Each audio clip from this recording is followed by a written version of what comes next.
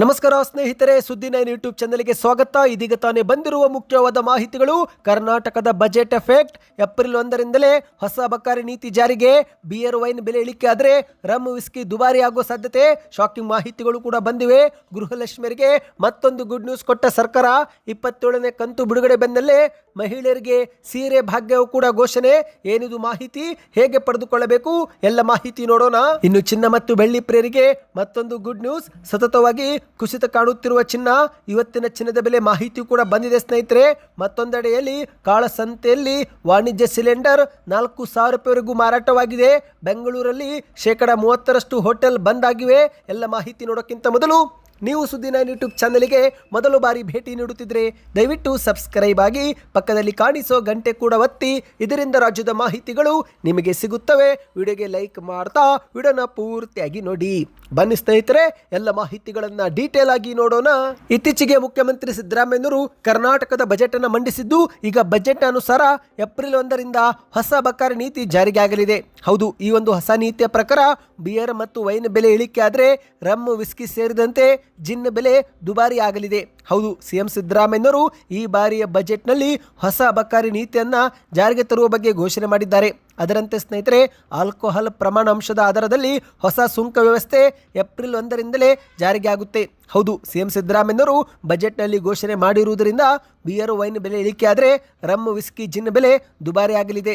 ಹೌದು, ಹಣಕಾಸು ಖಾತೆ ಹೊಂದಿರುವಂತಹ ಸಿಎಂ ಸಿದ್ದರಾಮಯ್ಯನವರು ಮಾರ್ಚ್ 6ರಂದು ಕರ್ನಾಟಕದ ಬಜೆಟ್ ಅನ್ನು ಮಂಡಿಸಿದ್ದು, ಈ ಬಾರಿಯ ಬಜೆಟ್ನಲ್ಲಿ ಜಾಗತಿಕ ಮಟ್ಟದಲ್ಲೇ ಆಲ್ಕೋಹಾಲ್ ಅಂಶವನ್ನು ಆಧರಿಸಿ ತೆರಿಗೆ ವಿಧಿಸುವ ಕುರಿತಂತೆ ಘೋಷಣೆ ಮಾಡಿದ್ದಾರೆ. ಹೌದು ಸ್ನೇಹಿತರೆ, ಏಪ್ರಿಲ್ 1ರಿಂದ ರಾಜ್ಯದಲ್ಲಿ ಹೊಸ ಸುಂಕ ವ್ಯವಸ್ಥೆ ಜಾರಿಗೆ ಬರುತ್ತೆ ಎಂದು ಸಿಎಂ ಅವರು ಹೇಳಿದ್ದಾರೆ. ಈ ಒಂದು ಹೊಸ ನೀತಿ ಜಾರಿಗೆ ಆದರೆ ದೇಶದಲ್ಲೇ ಈ ರೀತಿ ಹೊಸ ವ್ಯವಸ್ಥೆ ಜಾರಿಗೆ ತಂದ ಮೊದಲ ರಾಜ್ಯ ಕರ್ನಾಟಕವಾಗಲಿದೆ. ಹೌದು ಸ್ನೇಹಿತರೆ, ಸಾಮಾನ್ಯವಾಗಿ ಬಿಯರ್ ಮತ್ತು ವೈನ್ನಲ್ಲಿ ಆಲ್ಕೋಹಾಲ್ ಮದ್ಯದ ಪ್ರಮಾಣ 4% 9% ಇರುತ್ತೆ. ಹಾಗಾಗಿ ಇಲ್ಲಿ ಸುಂಕವು ಕೂಡ ಕಡಿಮೆ ಹಾಕಲಾಗುತ್ತೆ. ಆದರೆ ಅದೇ ವಿಸ್ಕಿ, ರಮ್ಮು, ಜಿನ್ನು, ಬ್ರ್ಯಾಂಡಿಯಲ್ಲಿ ಆಲ್ಕೋಹಾಲ್ ಅಂಶವು 30-40% ಇರುತ್ತೆ. ಹಾಗಾಗಿ ಈ ಒಂದು ಆಧಾರದಲ್ಲಿ ಈ ಒಂದು ಬೆಲೆಗಳು ಅಧಿಕವಾಗಲಿದೆ ಎಂದು ಹೇಳಲಾಗ್ತಾ ಇದೆ. ಅಂದಹಾಗೆ ಸ್ನೇಹಿತರೆ, ಸರ್ಕಾರ ಈ ಒಂದು ನೀತಿ ಜಾರಿಗೆ ತರಲು ಪ್ರಮುಖ ಕಾರಣ ಏನೆಂದರೆ ಬಿಯರ್ ಸೇವನೆಗೆ ಉತ್ತೇಜನ ಕೊಡಲು ಈ ಒಂದು ಹೊಸ ನೀತಿ ಜಾರಿಗೆ ತರುತ್ತಿದ್ದಾರಂತೆ. ಹೌದು, ಇತರೆ ಮದ್ಯಕ್ಕೆ ಹೋಲಿಸಿದರೆ ಬಿಯರ್ನಲ್ಲಿ ಆಲ್ಕೋಹಾಲ್ ಪ್ರಮಾಣ ಕಡಿಮೆ ಇರುತ್ತೆ. ಹಾಗಾಗಿ ಅಷ್ಟೊಂದು ಇದು ಆರೋಗ್ಯದ ಮೇಲೆ ಪರಿಣಾಮ ಬೀರೋದಿಲ್ಲ. ಜನರು ಬಿಯರ್ ಕಡೆಗೇನೆ ಹೆಚ್ಚು ಒಲವು ತೋರಲಿ ಎಂಬುದು ಸರ್ಕಾರದ ಒಂದು ಮುಖ್ಯ ಉದ್ದೇಶವಾಗಿದೆ. ಹಾಗಾಗಿ ಸ್ನೇಹಿತರೆ, ಶೀಘ್ರವೇ ಬಿಯರ್ ವೈನ್ ಬೆಲೆ ಇಳಿಕೆ ಆಗಲಿದೆ. ಆದರೆ ಇತ್ತ ರಮ್ಮು ವಿಸ್ಕಿಗಳ ಬೆಲೆ ಏರಿಕೆ ಆಗಲಿದೆ. ಇನ್ನು ಈ ಒಂದು ಹೊಸ ನೀತಿಯಿಂದ ಬಜೆಟ್ನ ಗುರಿ ತಲುಪಲು ಕೂಡ ಅಬಕಾರಿ ಇಲಾಖೆಗೆ ಹೆಚ್ಚಿನ ಆದಾಯ ಬರುವ ಒಂದು ನಿರೀಕ್ಷೆಯೂ ಕೂಡ ಇದೆ ಸ್ನೇಹಿತರೆ. ಬನ್ನೀಗ ಎರಡನೇ ಮಾಹಿತಿಗೆ ಹೋಗೋಣ. ದಯವಿಟ್ಟು ವಿಡಿಯೋನ ಸ್ವಲ್ಪನೂ ಸ್ಕಿಪ್ ಮಾಡಬೇಡಿ, ಪೂರ್ತಿಯಾಗಿ ನೋಡಿ. ನೀವು ಕೂಡ ಗೃಹಲಕ್ಷ್ಮಿ ಯೋಜನೆ ಫಲಾನುಭವಿಗಳಾಗಿದ್ದರೆ ಪ್ರತಿಯೊಬ್ಬರು ಕಮೆಂಟ್ನಲ್ಲಿ ಗುಡ್ ನ್ಯೂಸ್ ಎಂದು ಕಮೆಂಟ್ ಮಾಡಿ. ಹೌದು, ಸರ್ಕಾರ ಇಲ್ಲಿಯವರೆಗೆ ಮಹಿಳೆಯರಿಗೆ ಪ್ರತಿ ತಿಂಗಳಿಗೆ 2,000 ರೂಪಾಯಿ ಮಾತ್ರ ಜಮೆ ಮಾಡುತ್ತಿತ್ತು. ಆದರೆ ಮುಂಬರುವ ದಿನಗಳಲ್ಲಿ ಸರ್ಕಾರ ಸೀರೆ ಭಾಗ್ಯ ಯೋಜನೆ ಜಾರಿಗೆ ತರಲು ಕೂಡ ಮುಂದಾಗಿದೆ.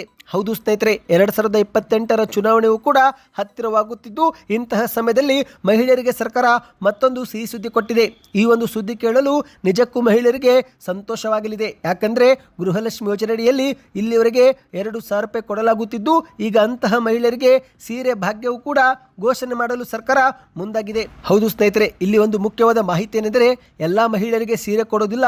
ಗೃಹಲಕ್ಷ್ಮಿ ಯೋಜನೆ ಫಲಾನುಭವಿಗಳಿಗೆ ಮಾತ್ರ ಸೀರೆ ಕೊಡುವ ಬಗ್ಗೆ ಸರ್ಕಾರ ಚಿಂತನೆ ಹಾಕಿಕೊಂಡಿದೆ. ಹೌದು, ಗೃಹಲಕ್ಷ್ಮಿ ಯೋಜನೆ ಫಲಾನುಭವಿಗಳಿಗೆ ವರ್ಷಕ್ಕೆ 1 ಬಾರಿ ಅಥವಾ ಯಾವುದಾದರೂ ಹಬ್ಬದ ಸಂದರ್ಭದಲ್ಲಿ ಉಚಿತವಾಗಿ ಸೀರೆ ವಿತರಿಸಲು ಸರ್ಕಾರ ಚಿಂತನೆ ನಡೆಸಿದೆ.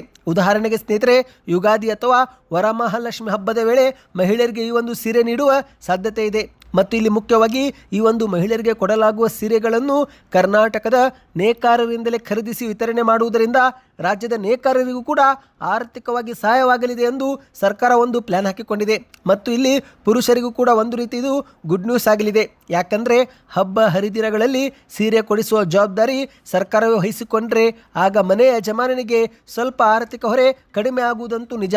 ಹಾಗಾಗಿ ಇದು ಒಂದು ರೀತಿ ಪುರುಷರಿಗೂ ಕೂಡ ಸಿಹಿ ಸುದ್ದಿಯಾಗಿದೆ. ಅಂದಹಾಗೆ ಸ್ನೇಹಿತರೆ, ಪ್ರಸ್ತುತ ಈ ಒಂದು ಕುರಿತಂತೆ ಸರ್ಕಾರದ ಮಟ್ಟದಲ್ಲಿ ಕೇವಲ ಚರ್ಚೆ ನಡೆಯುತ್ತಿದ್ದು, ಇದುವರೆಗೆ ಸರ್ಕಾರ ಅಧಿಕೃತವಾಗಿ ಘೋಷಣೆ ಮಾಡಿಲ್ಲ. ಹೌದು, ಸೀರೆ ವಿತರಣೆ ವಿತರಣೆ ದಿನಾಂಕವಾಗಲಿ, ಅರ್ಜಿಯಾಗಲಿ, ಮಾರ್ಗಸೂಚಿಯಾಗಲಿ ಯಾವುದೂ ಕೂಡ ಸರ್ಕಾರದಿಂದ ಮಾಹಿತಿ ಬಂದಿಲ್ಲ ಸ್ನೇಹಿತರೆ. ಸದ್ಯಕ್ಕೆ ಮಹಿಳೆಯರಿಗೆ 2,000 ರೂಪಾಯಿ ಮಾತ್ರ ನೇರವಾಗಿ ಬ್ಯಾಂಕ್ ಖಾತೆಗೆ ಜಮೆ ಆಗುತ್ತೆ. ಆದರೆ ಸೀರೆ ಕೊಡುವ ಕುರಿತಂತೆ ಎಲ್ಲಿಯೂ ಕೂಡ ಅಧಿಕೃತವಾಗಿ ಘೋಷಣೆ ಆಗಿಲ್ಲ. ಹಾಗಾಗಿ ಮಹಿಳೆಯರು ನಿಮ್ಮ ಮೊಬೈಲ್ಗೆ ಯಾವುದಾದರೂ ಲಿಂಕ್ ಬಂದರೆ, ಮೆಸೇಜ್ ಬಂದರೆ, ಗೃಹಲಕ್ಷ್ಮಿಯರಿಗೆ ಸೀರೆ ಎಂಬ ಆಫರ್ ಬಂದರೆ ದಯವಿಟ್ಟು ಲಿಂಕನ್ನು ಕ್ಲಿಕ್ ಮಾಡಲು ಹೋಗಬೇಡಿ. ಅಂದಹಾಗೆ ಇಲ್ಲಿ ಮತ್ತೊಂದು ಸಲಹೆ ಏನೆಂದರೆ, ಈ ಒಂದು ಸೀರೆ ಪಡೆದುಕೊಳ್ಳಲು ಕೂಡ ಮಹಿಳೆಯರು ಹೊಸದಾಗಿ ಅಪ್ಲಿಕೇಶನ್ ಅರ್ಜಿ ಹಾಕುವ ಅಗತ್ಯವೂ ಇರೋದಿಲ್ಲ. ಯಾಕಂದರೆ ಗೃಹಲಕ್ಷ್ಮಿ ಯೋಜನೆ ಫಲಾನುಭವಿಗಳ ಮಾಹಿತಿ ಸರ್ಕಾರದ ಬಳಿ ಲಭ್ಯವಿದ್ದು ಅದರ ಆಧಾರದ ಮೇಲೆಯೇ ಸೀರೆಗಳನ್ನು ಸರ್ಕಾರ ಕೊಡಬಹುದು ಎಂದು ಹೇಳಲಾಗಿದೆ. ಈ ಬಗ್ಗೆ ಏನಾದರೂ ಅಧಿಕೃತವಾದ ಮಾಹಿತಿ ಬಂದರೆ ನಾವು ವಿಡಿಯೋ ಮಾಡಿಕೊಂಡು ಬರುತ್ತೇವೆ ಸ್ನೇಹಿತರೆ. ಹಾಗಾಗಿ ಸದ್ಯಕ್ಕೆ ಮೊಬೈಲ್ಗೆ ಬರುವಂತಹ ಯಾವುದೇ ಮೆಸೇಜ್ ಲಿಂಕನ್ನು ನೀವು ಕ್ಲಿಕ್ ಮಾಡಬೇಡಿ. ಬನ್ನಿ ಈಗ ಮತ್ತೊಂದು ಮಾಹಿತಿಗೆ ಹೋಗೋಣ. ಇದೀಗ ಗುಡ್ ನ್ಯೂಸ್ ಎನ್ನುವಂತೆ ಚಿನ್ನ ಮತ್ತು ಬೆಳ್ಳಿ ಬೆಲೆ ಮತ್ತೊಮ್ಮೆ ಇಳಿಕೆಯಾಗಿದೆ. ಹೌದು ಸ್ನೇಹಿತರೆ, ಇಸ್ರೇಲ್ ಹಾಗೂ ಇರಾನ್ ನಡುವಿನ ಯುದ್ಧದ ಪರಿಣಾಮ ಗೋಲ್ಡ್ ಹಾಗೂ ಸಿಲ್ವರ್ ಬೆಲೆಯಲ್ಲಿ ತೀವ್ರ ಇಳಿಮುಖವಾಗಿದೆ. ಹಾಗೆ ನೋಡಿದರೆ ಯುದ್ಧದ ಸಂದರ್ಭದಲ್ಲಿ ಚಿನ್ನ ಮತ್ತು ಬೆಳ್ಳಿ ಸತತವಾಗಿ ಏರಿಕೆ ಆಗುತ್ತೆ. ಆದರೆ ಈ ಬಾರಿ ಆಶ್ಚರ್ಯ ಎನ್ನುವಂತೆ ಚಿನ್ನದ ಬೆಲೆ ಸತತವಾಗಿ ಇಳಿಕೆ ಆಗ್ತಾ ಇದೆ. ಹೌದು ಸ್ನೇಹಿತರೆ, ಕಳೆದ 15 ದಿನದಿಂದ ಬೆಳ್ಳಿ ಬೆಲೆಯೂ ಕೂಡ ಇಳಿಕೆಯಾಗಿದ್ದು ಇತ್ತ ಚಿನ್ನದ ಬೆಲೆಯೂ ಕೂಡ ಮತ್ತೊಮ್ಮೆ ಇಳಿಕೆಯಾಗಿದೆ. 1 ಗ್ರಾಮ್ ಚಿನ್ನದ ಬೆಲೆಯಲ್ಲಿ 1,200 ರೂಪಾಯಿ ಮತ್ತೊಮ್ಮೆ ಕುಸಿತವಾಗಿದೆ.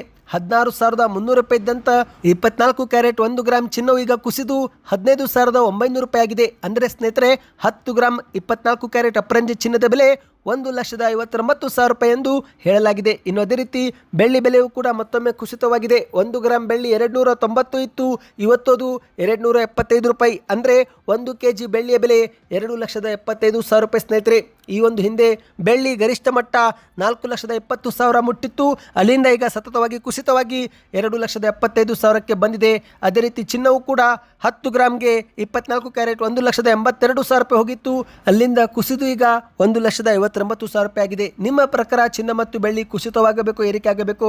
ನಿಮ್ಮ ಅನಿಸಿಕೆಯನ್ನು ಕಮೆಂಟ್ ಮಾಡಿ. ನಮ್ಮ ಪ್ರಕಾರ ಸ್ನೇಹಿತರೆ ಹೇಳಬೇಕಂದ್ರೆ 24 ಕ್ಯಾರೆಟ್ 10 ಗ್ರಾಮ್ ಚಿನ್ನ 1 ಲಕ್ಷದ ಒಳಗೆ ಆಗಬೇಕು. ಯಾಕಂದರೆ ಸಾಕಷ್ಟು ಬಡವರು ಶುಭ ಸಮಾರಂಭಗಳಲ್ಲಿ, ಮದುವೆ ಸಮಯದಲ್ಲಿ ಚಿನ್ನ ಖರೀದಿ ಮಾಡಲು ಇದ್ದಂಥ ಹಣವನ್ನು ಕೂಡ ಕಳೆದುಕೊಳ್ಳುತ್ತಿದ್ದಾರೆ. ಹಾಗಾಗಿ ನಿಮ್ಮ ಅನಿಸಿಕೆಗಳನ್ನು ದಯವಿಟ್ಟು ಕಮೆಂಟ್ ಮಾಡಿ. ಬನ್ನಿ ಈಗ ಕೊನೆಯ ಮಾಹಿತಿಗೆ ಹೋಗೋಣ.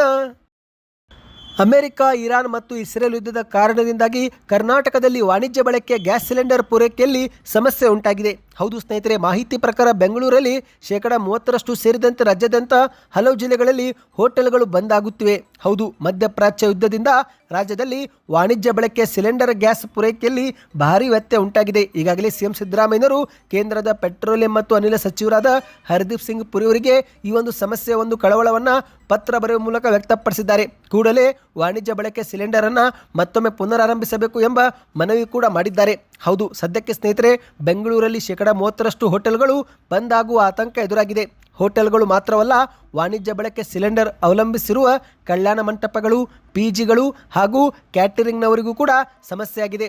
ಗ್ಯಾಸ್ ಚಾಲಿತ ಆಟೋಗಳ ಸಂಚಾರದಲ್ಲೂ ಕೂಡ ವ್ಯತ್ಯಯ ಕಂಡು ಬಂದಿದೆ. ಈಗಾಗಲೇ ಬೆಂಗಳೂರಲ್ಲಿ ಆಟೋ LPG ಕೇಂದ್ರಗಳು ಕೂಡ ಮುಚ್ಚಲ್ಪಟ್ಟಿದ್ದು ಮುಂಬರುವ ದಿನಗಳಲ್ಲಿ ಇನ್ನೂ ಹೆಚ್ಚಿನ ಸಂಖ್ಯೆಯ ಕೇಂದ್ರಗಳು ಬಂದ್ ಆಗುವ ಸಾಧ್ಯತೆ ಇದೆ. ಇನ್ನು ಇತ್ತೀಚೆಗೆ ವಿಧಾನಸಭೆಯಲ್ಲಿ ಅಧಿವೇಶನದಲ್ಲಿ ಆಹಾರ ಸಚಿವ KH ಮುನಿಯಪ್ಪನವರು ಮಾಹಿತಿ ಕೊಟ್ಟಿದ್ದು, ಇನ್ನು 1 ವಾರ ವಾಣಿಜ್ಯ ಬಳಕೆ ಸಿಲಿಂಡರ್ನಲ್ಲಿ ಸಮಸ್ಯೆ ಉಂಟಾಗಲಿದೆ ಅಂತೆ. ಯಾಕಂದರೆ ಭಾರತ ದೇಶಕ್ಕೆ LPG ಹೊತ್ತು ತರುತ್ತಿದ್ದಂಥ 12 ಹಡಗುಗಳನ್ನು ಜಲಮಾರ್ಗದಲ್ಲಿನೇ ಬಂಧಿಸಲಾಗಿದೆ ಅಂತೆ. ಈ ಒಂದು ಹಡಗುಗಳು ಭಾರತಕ್ಕೆ ಬರಲು ಇನ್ನೂ 1 ವಾರ ಬೇಕಾಗಬಹುದು.